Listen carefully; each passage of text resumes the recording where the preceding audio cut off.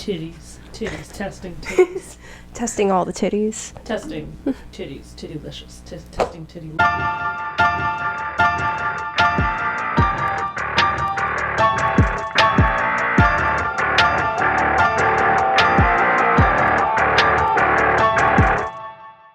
Hey guys, welcome to More Than Missionary. Before we start the show, we have a little disclaimer.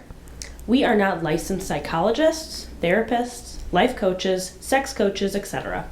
We are literally two humans who like to talk about sex and share stories and experiences that might be relatable to you or someone you know, so we can all become more knowledgeable in the practices of safe and fun sex. Enjoy the show.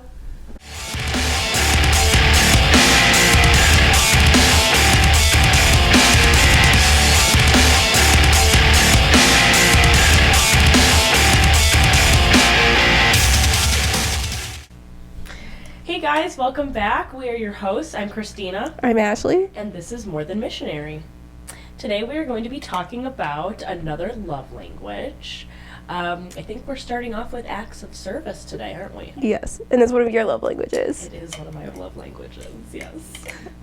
So I'm excited to talk about this, just because I think that it is something that a lot of women want in relationships, but a lot of times we get stuck in like pink and blue gender roles, and acts of service sometimes goes very unnoticed for men with heterosexual relationships. Especially if you're in a long-term relationship, that is acts of service. I used to not care that much about acts of service.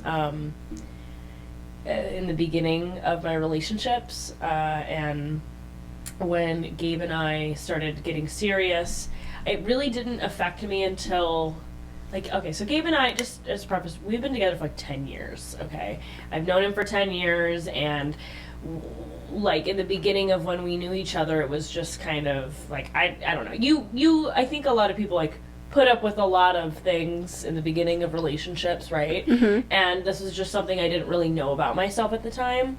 And I feel like when you get to that, it's like that 7-year itch of being with somebody, you get kind of you're okay, you want a little something more, and that's kind of what happened with me. And I expressed to Gabe that, it really fills up my love tank is when he does things around the house for me that I don't have time for. Yeah. He does all of our laundry and all of our dishes, and I'll tell you what, that really gets me going. I'm if I walk in the house after work and there's laundry folded and the dishes are done, I'm it's go time, baby. Oh my god. Excuse me. Sorry, those are my cats. This is Luna. Luna. Hey, baby. This is Luna. Anyway, being a menace. Back to what we were saying. I'm really excited just hear your perspective on these things too, just because of the fact that acts of service is something that is a love language that I enjoy giving. Yeah. I love being a home taker. Mm-hmm. I love having things, but I'm also OCD. So I love when things are fresh and clean. Nothing gets me more turned on than fresh sheets on the bed. Oh, yeah. I am one of those weirdos that I just love. Nothing makes me happier than a freshly cleaned house. Yeah. I love walking to a house and you just smell like candles and fresh linen. Okay, I have something to say about that. So, okay, Gabe will do this thing where I will, especially if he knows I'm having a stressful day, we text each other throughout the day, right? And Mm-hmm. I'll be like, oh, it's, it's been a long day, or I'm really tired or exhausted, whatever. And I will come home, and it's everything's clean. He has, candles going, or, yes. a diffuser. He loves to put these, 4K nature videos that are hours long on YouTube, and he'll put them on in the background, and he'll have good music, whether it's if I'm stressed, I can put lo-fi on, mm-hmm. or jazz or something, and I'll come home to just a really calm environment, a clean, calm environment, and I'm just the best. I just my shoulders drop and I'm just I'm home. So it's like the relaxation for you, being able to come Yes. home to like the cleanliness. Yes, yeah. I mean, there have definitely been times where I'm like, he'll be like, "Oh, I'm in the middle of cleaning and our place is like really messy right now because I'm in the middle of like reorganizing something in his space, or he's doing something like that." And I'll be like, "Okay, that's totally great and fine and dandy." I was like, "Can you just, I don't know, shove it in like a closet somewhere when I get home?" Like there are times where I'm like, I really like, I'm going to be overwhelmed if I see it. Yeah. So like him doing that, that's like an act of service. Like him being like, "Ugh, like okay, like I will temporarily put all of this away right now," or like shove it in a closet. So when you need help with things like that, how do you communicate that? What do you mean? Like How did you build that communication from like, you said that you guys have been together for 10 years. At about year 7 is when you started to like really need that acts of service. yeah, okay, so I will say Gabe and I have always been, not always actually, that's a lie. That is a lie. When we were like on and off quite a bit in college when we met. And when we started to like seriously date, it became almost like I hate to say the word rule, but like a rule for us, where it's like, if you need to say something, say it. Mm-hmm. Don't let it fester for months and then say it, because I'm not going to listen. Like that was just the general, like, because nobody wants to hear that, right? Nobody wants to hear that you've been upset for months and you've just been like lying about it, right? Yeah. Or like lying by omission. And so when I started to feel really, really stressed out about, or overwhelmed with stuff around the house and just not having enough time to do them, like I think it was, I don't know, probably like a good month where I almost like didn't recognize that I was getting really stressed about it. Mm-hmm. And then I was just like, hey, like I've been working more hours. I don't have the time. I was just really upfront with him. Like I just, in an in-person conversation, I did not do this over text. This was when we were home, and I just said, I am very stressed out and overwhelmed, and I really need your help around the house. I need help with, very explicitly, like, these things. Mm-hmm. And he was like, I got you. And he did them. And yes, it was like a conversation. It wasn't just like, hey, go do this, and then he was like robotically doing it. Like, it was like a conversation about where he's at and what his mental load is like, and where my mental load is like, and we could talk it out. When it comes to doing acts of service, like, yes, like, you can kind of pick up things about your partner that you know that they like, right? Like, Gabe knows I love flowers. He'll buy me, I mean, those are currently rotting away. Those are a couple weeks old. But he will, like, randomly buy me flowers. Or if I'm so sorry if you guys can see that or hear that in the background, that's my cat. But he will, like, randomly buy me flowers, and, like, that just, like, tickles my fancy. Like, I love that he does that. That's an act of service, and he knows that about me, and that's something, I think, in combination, it was, like, he did it like a couple times, and then I was like, I really love that you do that for me. Like, I love that you do this. It makes me feel really good. And then he just started to do it all the time. So, like, he has like a good rapport with our florist. Like I'm pretty sure Yeah, but that's receiving gifts, though. That is true. That is true. Yeah, that is like a gift. Yeah, that is like a receipt. Which is funny because your receiving gifts was your last. You only got 3% on that. I still love flowers. Listen, bitches love flowers. Bitches do love flowers. But like, no, when it comes to like, I guess, yeah, getting back to what we were saying, acts of service, I always get them confused. I always get like gifts and acts of service because like they can kind of go hand in hand. Oh, for sure. But I mean, like, when it comes to doing stuff around the house, or, like, like, recently, I have been pushing for, like, hey, like, I love to, like, planning a date night, right? Mm-hmm. I love date nights. I think most people in long-term relationships, and just short-term, like, people just like going on dates, right? Yeah. And I kind of was feeling that I was planning most of it, and I'm fine with that. I'm a planner. I enjoy planning things, but it's like, when it's always falling on one person to plan stuff, it can get repetitive or exhausting to constantly have to think of ideas, new ideas to do things, or just like falling back on the usual, like, I guess we could just like go grab dinner at our usual place, right? And those are great times and meaningful times, but you know, I was getting to a point where I was like, hey, like, I'd really like for you to plan some things. And I had to communicate to him and say, hey, like, I would really appreciate it if we started doing a date night consistently, like, once a week, and maybe we could switch off doing a date night where you plan something and then I plan something. We had another idea where have you heard of, like, the popsicle stick idea? Yeah, I've seen those. Ideas, or you have other people write date ideas, and then you put them in a jar and you stick the popsicle out. I've seen those at weddings. Like, people will do it at weddings now, which is really cute. Have their guests like fill that out. Yeah. So I mean, and those are great ideas too. So, but that's like, you know, to me, that's an act of service. It is a gift receiving. I think like a date night is considered more of like, I guess I could see both ends of that being more of an act of service. I'm the same way though. Like, I need the date night. I need a date night, yeah. Yeah. And I mean, we just talked about this, like my partner and we made like friendship bracelets for our last date night, which was really fun. And or like what you and Gabe do with the painting, and yeah, like our wine painting nights. Yeah, those are fun. We haven't done one in a while, but those are really, really fun to do. Mm-hmm. You know what else is something we love to do? I love playing cards. I love playing poker, gin rummy. I'll play solitaire by myself. Like, I'm an old lady at heart. But that's funny.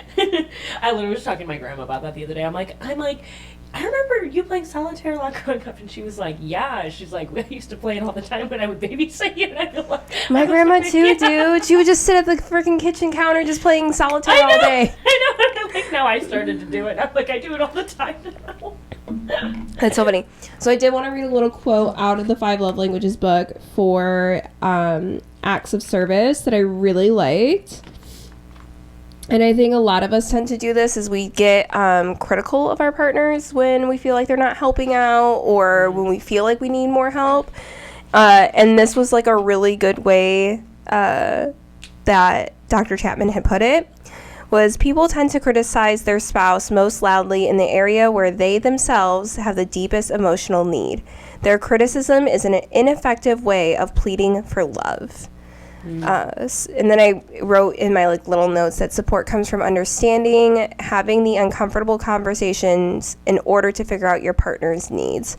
So a lot of times, like, and I totally get this because, as you know, I struggle for asking for my needs, wants, and those types of things. And I'm one of those people, like, I know that I have OCD, and I know that I need things to be clean all the time.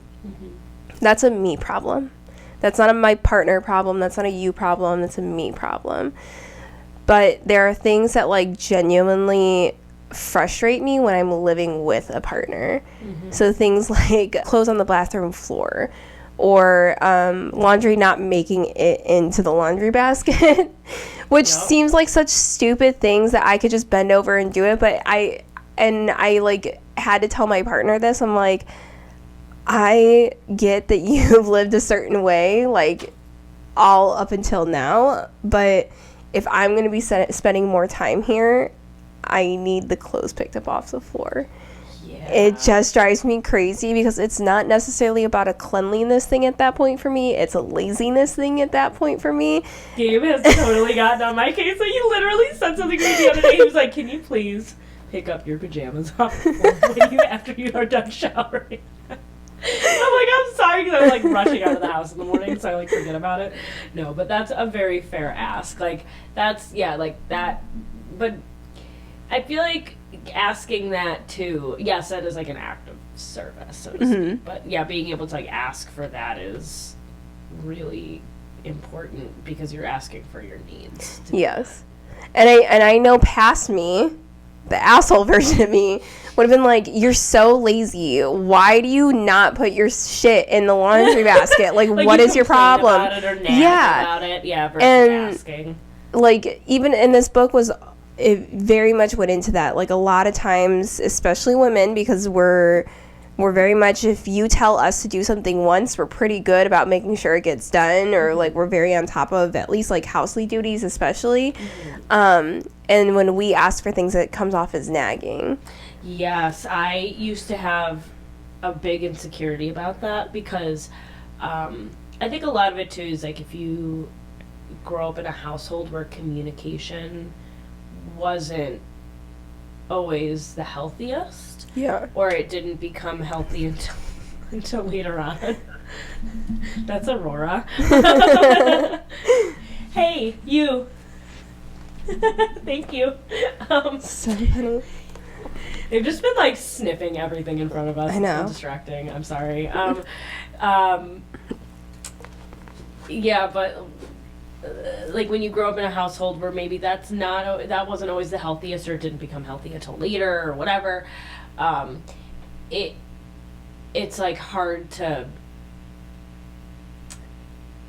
It's like you don't want to ask because you're afraid of nagging. Like Yeah. I always thought that me saying what I need was like a form of nagging. Mm-hmm. Like for example, if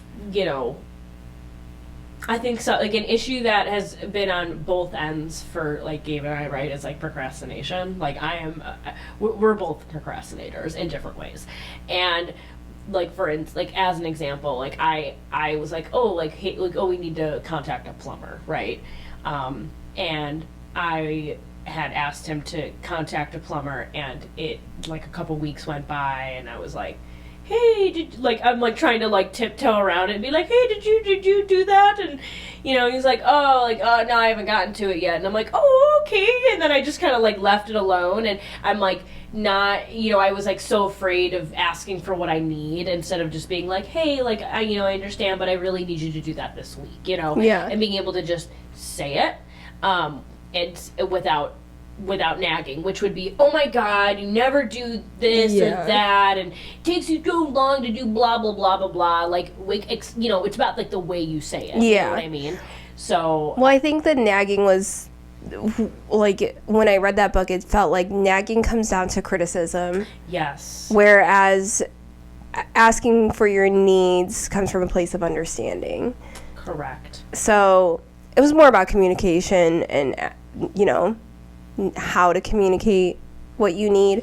And a lot of times, like, our partners will know what we need, right? Gabe knew he had to call the plumber at some point. He knew that, like, that was something that he needed to do. But sometimes it's, and it talked a lot about this, too, of being able to fill the other person's love bucket in order to get, like, what you need as well. Yeah. Which kind of sounds like manipulation, but, done in a healthy way. Okay, so my mom gave me this advice where she was like, oh, like, well, it's not, like, she calls it a honey-do list. Have you ever heard of that? Yeah. So where you, like, give them a list of, like, honey-do, right? Honey, please go do these things. It does work if you don't nag about it. Yes. If you're like doing it in an encouraging way. Yeah. Which is kind of what you're talking about, right? Being able to like encourage your partner to do something versus nagging them to do it. Yes.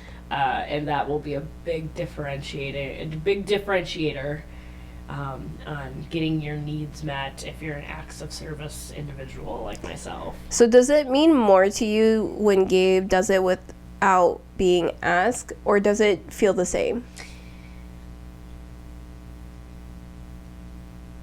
Yeah, I think it does mean more when like you don't have to ask. Like if he could just pick it up and like do it, he's like, hey, like I did this, and I didn't have to ask. There have totally been times where he does that, and I'm like, thank you. Like I'm like, oh my god, I'm like the floodgates have opened. But like it's like doing that without me even having to ask is like, oh my god, like that was huge for me. Like he has done that where I'm trying to think if there was like another example of something as of recent where he'll just like clean the whole house. Mm-hmm.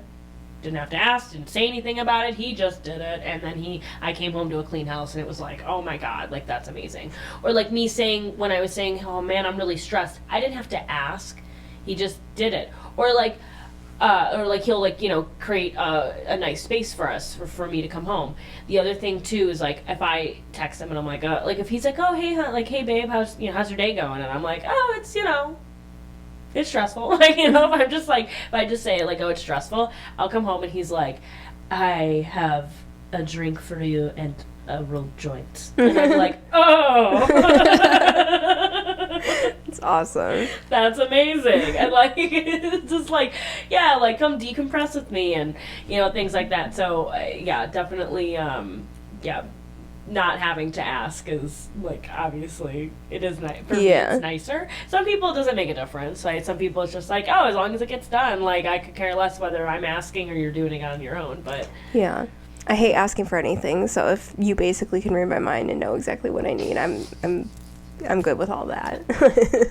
I mean, yeah, like it is, like, you know why? I feel like it's because if somebody's doing it without you asking, it's like, wow, like they're being so thoughtful. It's like such an extra, it's like that extra mile they're going to like figure it out.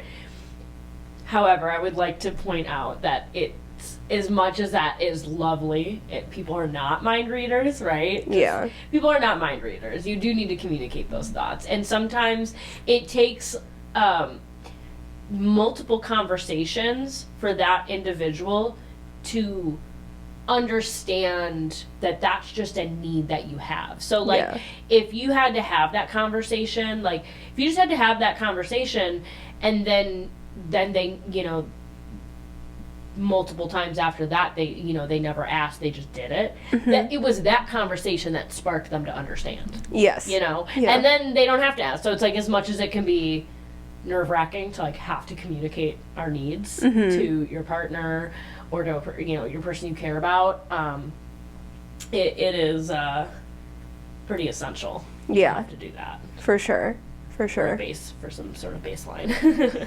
Yeah, and the communication can be really hard. You know what? I will say this. I think I may have even said it before, but like communication is key. Communication is key. It is like, you have an argument with your partner, I implore you to figure out, like, after the resolution, to like go back and think about where the communication got broken down, and then like think about how you can get better at that within yourself or your partner, you know, and talk about it.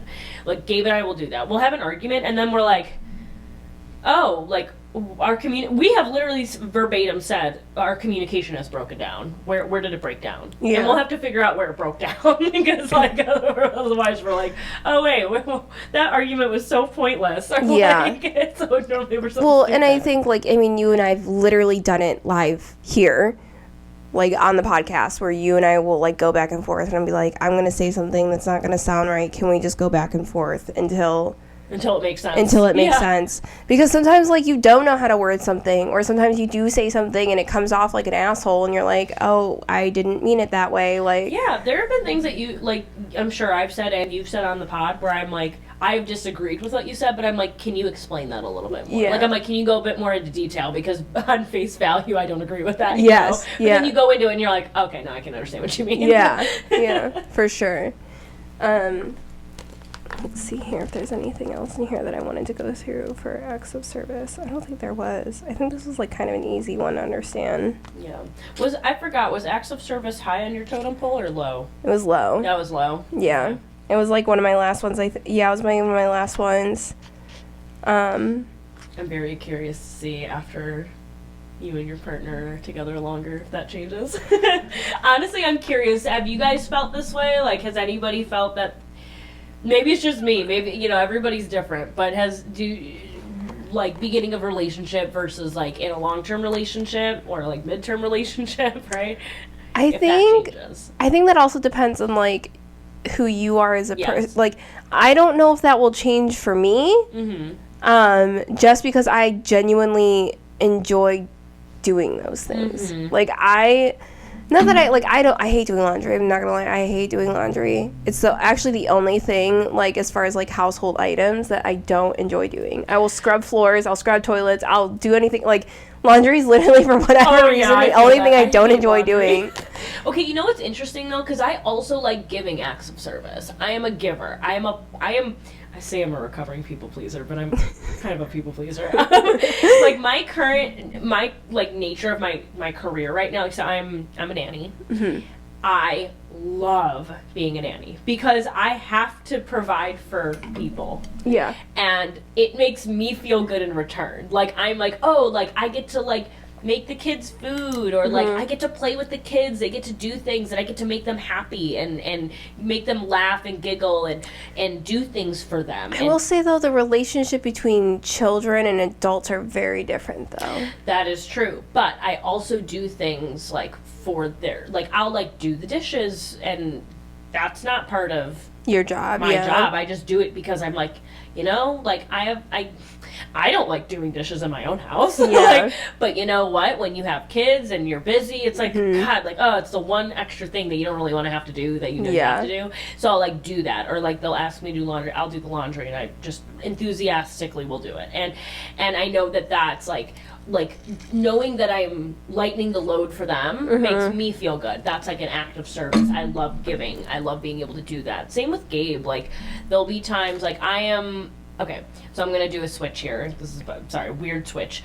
But like for Gabe, I love like drawing on his back, or like giving him a back massage, right? Like that's an act of service. I know that's making him feel good. It's physical touch though. That is physical touch, but it's also like a labor. Like I'm like It is laboring. It is very laboring. It's a total labor. Gage loves the head scratchies. Yeah. Like, oh yeah. if I could do that all night, like he'd be happy. Gabe loves when I have my nails done. I don't have my nails done right now, but when I have my nails done, he's like, "Oh, you have nails? Like, can you draw my back?" I'm like, "Yeah." The head and back scratchies. The back I know. scratchies feel great. You fall asleep right away.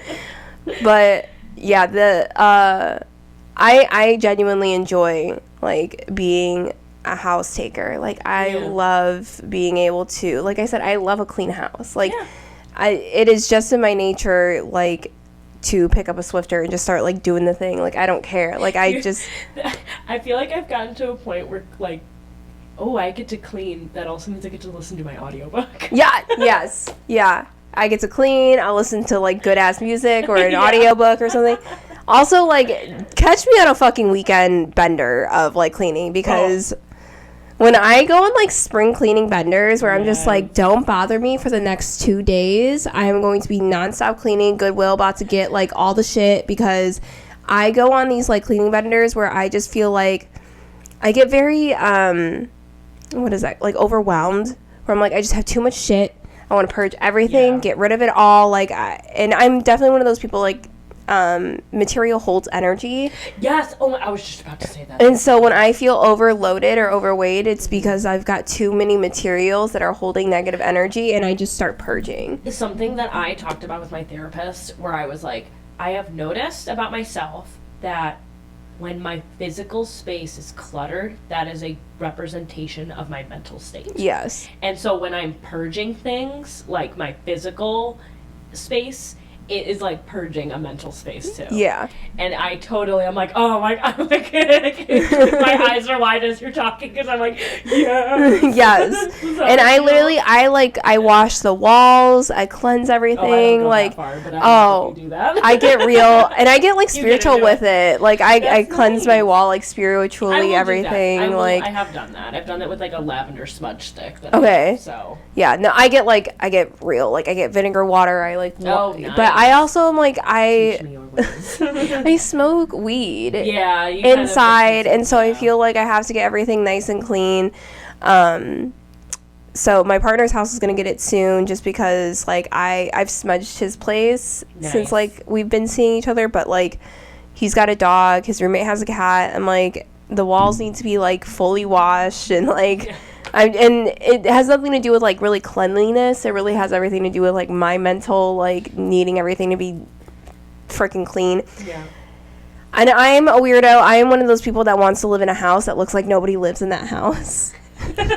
I'm just one of those people. I know that it's like such unrealistic expectations. Honestly, okay, whenever I've stayed at like an Airbnb though, like I love going to those types of places. Yes. Like I wanna like walk into it. Like that's how I felt like when Gabe and I first moved in here. We were, I mean, not so much right now, but we were like minimalistic with a lot of things. And it looked like nobody lived here. And, see, I'm very eccentric. Like I love eclectic style. Eclectic, yeah. But it all needs to be extremely clean. Like, I want, like, and I don't like clutter on the tables, and very much like, if it's meant to be there, it's meant to be there, but I don't want anything else there. Yeah. Like, I'm There's such a purpose for it. Yes. Why it's there. Yeah. Yes, it's there to be aesthetically pleasing, not to actually use. Don't actually use the table. I know, that's what, like, okay, that's why, like, I love this table that we have in front of us right now, because it's like, the surface is typically, nothing's on, like, the top part. Yeah. But I could decorate the inside of it, and you could still see it. Yeah, I like that. Yeah. I'm a psycho about keeping things clean. So I don't know if mine will ever change of needing that acts of service in return, just because of the fact that I love doing it so much. Yeah. I also have goals to be a stay-at-home wifey one day, and like the feminist in me says I chose the easy life. I feel that, like, part of me is like, wow, I'd really like to just be like a stay-at-home person that gets to do all their hobbies all the time, but I'm like, it's financially not possible now. But again, like, for me, it has everything to do with like wanting to give the acts of service. I'm like, pay for me to be home all the time, so I can just service you all the time. I'll just keep the house perfectly clean for you. I'll make you food all the time. You'll have a living little chef and bakery. Like, do you think that cooking food is an act of service? Oh, absolutely. That's okay. So I want to talk about that. So I'm like, before I start going into this, let me double check that it's not a gift and not an act of service. I love to cook. I grew up in an Italian family. Like, my mom's side is like all Italian, so we're big cooks in our house. And my mom is a huge acts of service individual, and she, like, I mean, cooking is such a labor of love, right? Yes. And we, growing up, I grew up with, I was spoiled with good food growing up. Like, I will say, like, I'm not a picky eater in any way, but I have refined tastes because of my mother's cooking. And a lot of people have, right? Yeah. And so because of that, I have a lot of recipes that she's given me that I love to cook. And even my husband's mom is a fabulous cook. Like, we were blessed with good cooks in our households. And so, like, to us, like, when we cook, that is such a labor of love, and that is such an act of service that we do. I love cooking when I have the opportunity to, like, spend an hour cooking. Yeah. It's like, if I have the energy for it. I don't always have the energy for it, but when I do and I get to cook, it feels very good. It's like almost like Gabe has told me, he goes, I love, like, watching you cook, because depending on what I'm cooking, I will get into, like, almost like autopilot mode, where I'll just start throwing things together, and I'll just do it because it's just, like, enjoyable. You kind of get into, like, a trance of doing it. And oh my god, one of the best things, this is a gift, but, like, a thing that I was given was a recipe book of family recipes from his mom. Oh, that's so cute. And so she has, she gave me a handful of really cool family recipes from both her side and Gabe's father's side of the family. And then I filled in a couple from my family as well. So I have this cute little cookbook, and, like, the book itself was made by his sister. Aww. So I'm like, yeah, it's like a very meaningful thing for me to use. But I've used it for making certain recipes, and I know Gabe really loves it. And the other thing too is, this is something to do with your partner too, is to cook with your partner too, if they like cooking. And doing that for each other. Like, I love when Gabe cooks for me too. Like, and I'm like a presentation person. I love to present the food. Like, I like to plate it. I don't know if you grew up like this, but so I grew up with a mom who liked to plate everybody's food for them. Gabe did not. Gabe grew up in a household where it was like, the food was made and it was delish, but you played it yourself. That's kind of how it was in my house, but there was also a lot of us. There was a lot of you. There was a lot of us. Yeah, there was only 4 of us growing up in my household, so it was like we always had kids, like, in and out because of the foster care system or whatever. Yeah. So it was always consistently my little brother and I were blood to my parents. But, you know, at one point in time, you know, I had my one sister from one household, and then my brother and sister from, you know, another household that came in to live with us. And then, like, on top of that, my parents, I felt like my house was just like the house that kids went to like feel safe and like have a safe place. So, like, I felt like at all times, like, my brother and I had, when I was a child.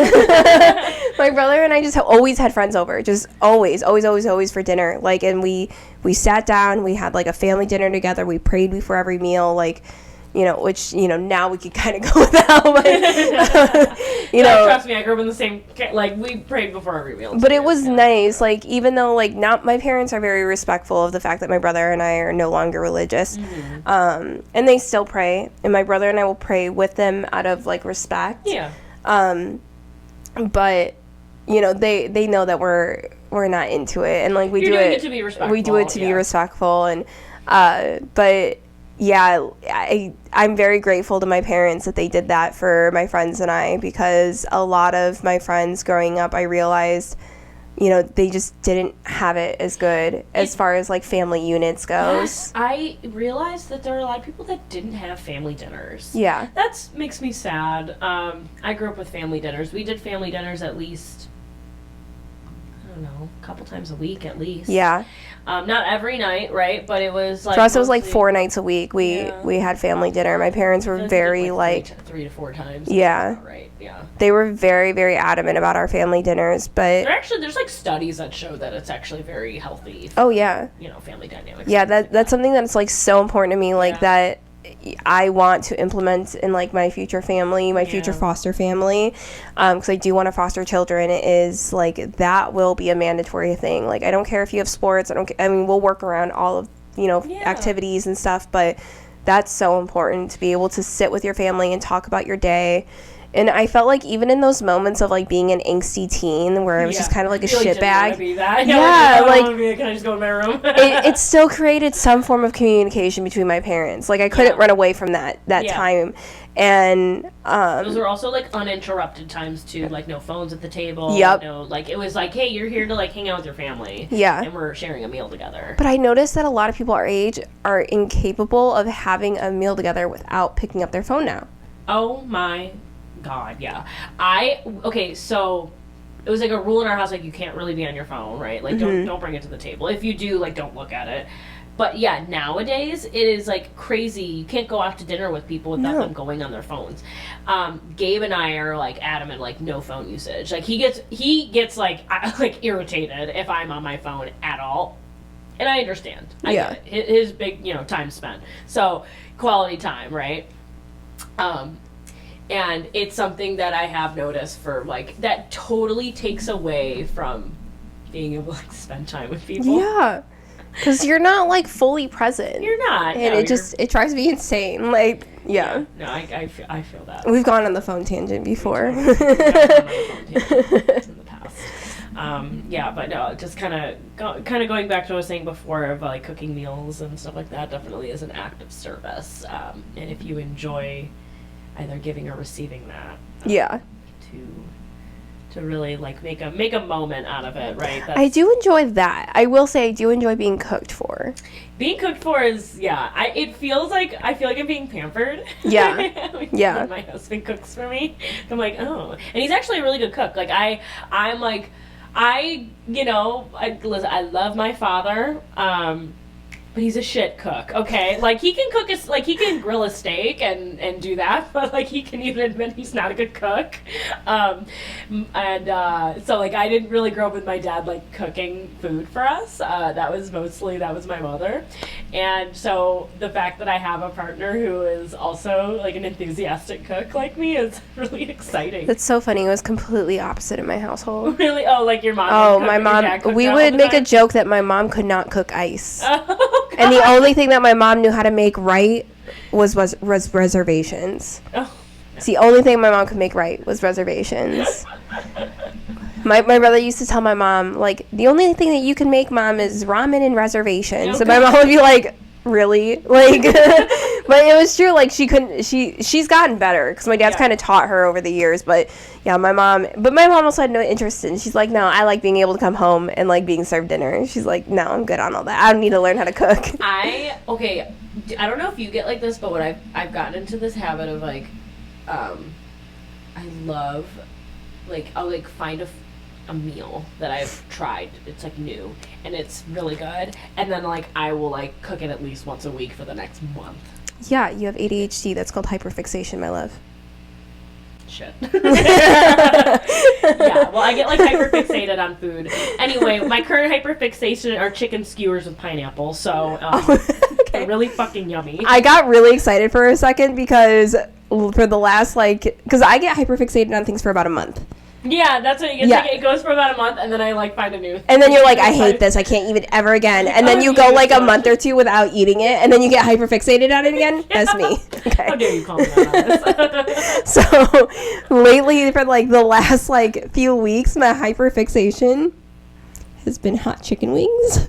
Ooh. I just want hot wings all the fucking time. Like the last like few DoorDash times, like Gage is like, "What do you want?" I was like, wings.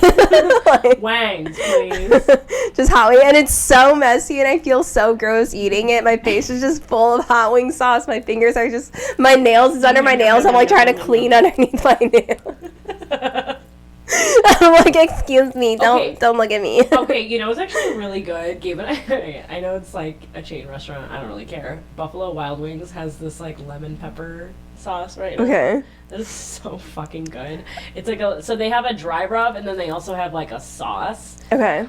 Oh my god, that is like I feel like that's like a recent hyperfixation for me. Or like, So you have to be careful because because of all the bread and shit. Yeah. So can you just have like it depends if they follow celiac protocols. oh man. So like if they're grilled and they're not grilled on the same thing as other stuff that's got like gluten in it, then I'm fine.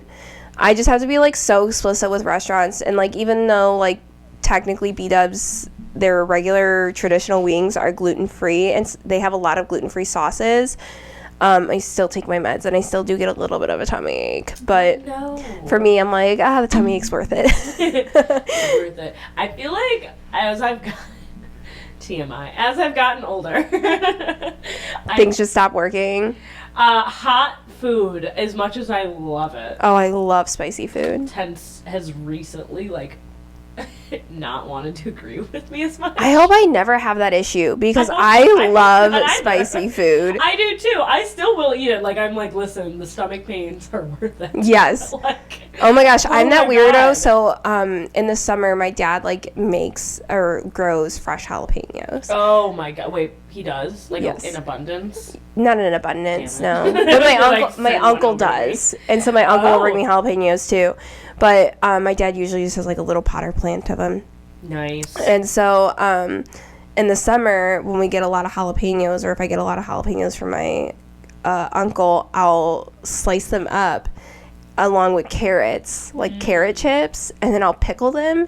Ooh. And then it's literally just like my snack. Like I literally just pull out the pickle jar of like jalapenos and carrots, and I just eat the shit out I will of them. say, whenever we have like pickled jalapenos and carrots, I will eat them. I just eat it just like that as a snack. Okay, And I you know get the weirdest looks. People are like, what the fuck is wrong with you? You're just eating jalapenos? I'm like, yes, I'm just eating jalapenos. They're good. I'll do that with jalapenos. I'll also do that with olives.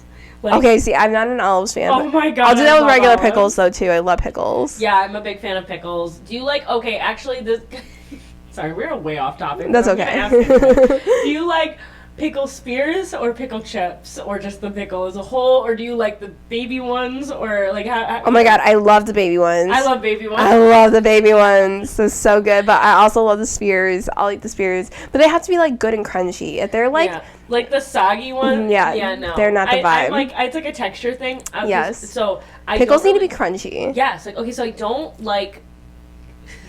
That's what she said. I don't like big pickles. I don't like the big ones, and I don't really care for pickle spears because they tend to be like mushy in the Yes. But you know who's got some damn good pickles? What?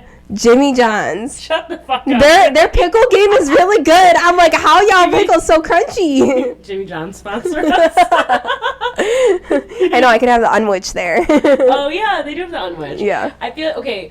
I love like baby ones. I like so there's like the like small tiny dill pickles, but then there's also these. I'm gonna butcher the name. They're like I don't remember what the names are, but they're even smaller.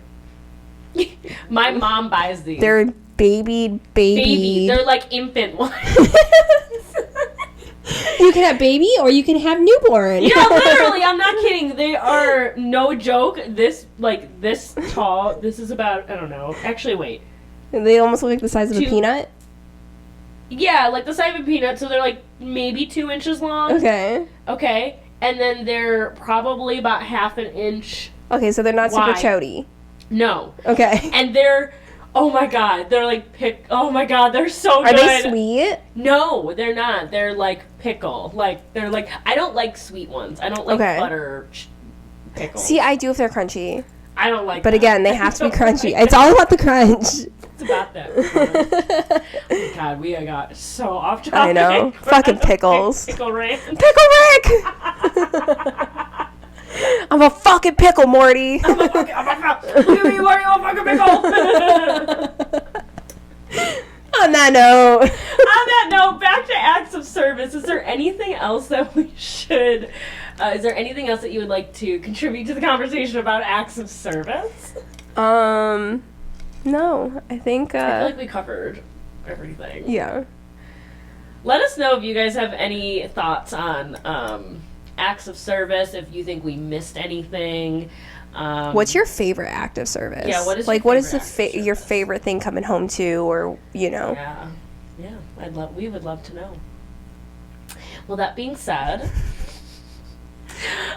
thank you guys so much for joining us on today's episode. Again, we are your hosts. I'm Christina. I'm Ashley. And this is More Than Missionary. If you would like to reach out to us for questions, comments, concerns, feedback of any sort, you can find us on all of our social media pages at More Than Missionary, or email us at morethanmissionary69@gmail.com. That's morethanmissionary69@gmail.com. Thanks so much, guys. See you on the next one. See ya. Thanks for watching.